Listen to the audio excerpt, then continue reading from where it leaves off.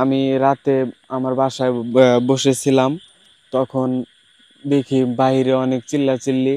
তো বাইরে এসে দেখি বাইরে মানুষ আকাশের দিকে তাকিয়ে আছে।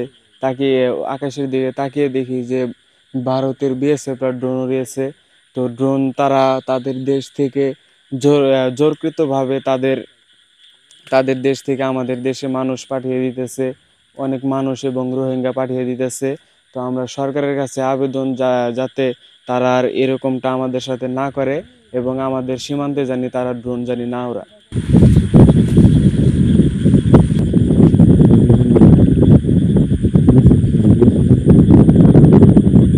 বেরোয় দেখে এই লোকজনের চিল্লাচিল্লি করে।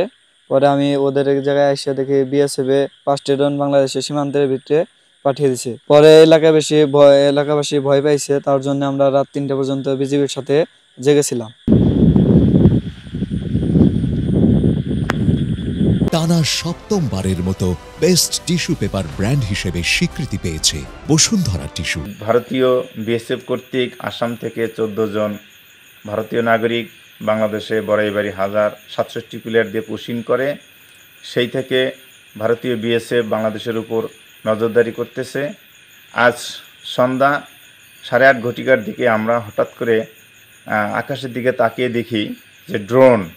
পরে ভালো করে লক্ষ্য করে দেখি 4-5টা ড্রোন, ভারতীয় ড্রোন বাংলাদেশের উপরে ভারতীয় বিএসএফ কর্তৃক নজরদারিতে ড্রোন উড়ানো হয়েছে বড়াইবাড়ি বিজিবি ক্যাম্পের উপরে এবং পড়ুয়া বড়াইবাড়ি গ্রামের উপরে এবং আমার বড়াইবাড়ি গ্রামের পাশাপাশি যে বারবান্দা গ্রাম, সেই বারবান্দা গ্রামের উপরেও ড্রোন 4টি ড্রোন তারা এদিক সেদিক আকাশের উপরে উড়িয়ে তারা বাংলাদেশের উপর পর্যবেক্ষণ করতেছে কোথায় কী আছে না আছে।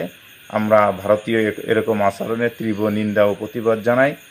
আমরা চাই রাষ্ট্রীয়ভাবে এর একটা প্রতিকার। কেন ভারত বাংলাদেশের উপর এরকম আচরণ, বৈরী আচরণ করছে, আমরা এর তীব্র নিন্দা ও প্রতিবাদ জানাচ্ছি।